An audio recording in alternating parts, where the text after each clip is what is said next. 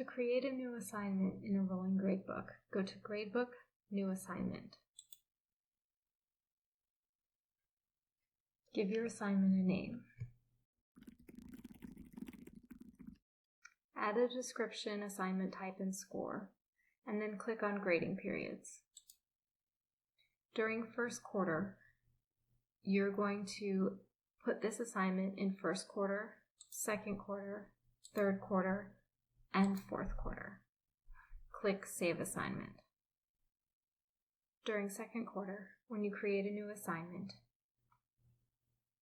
you'll go to the Grading Periods tab and uncheck the box for first quarter.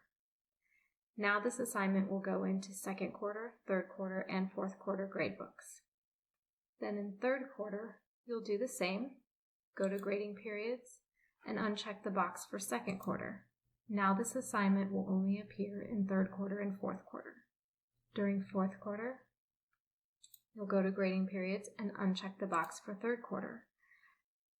This assignment will appear in the fourth quarter gradebook only. This fourth quarter gradebook will contain all of the assignments for the full year, and it will be a reflection of the student's grade over the course of the entire year.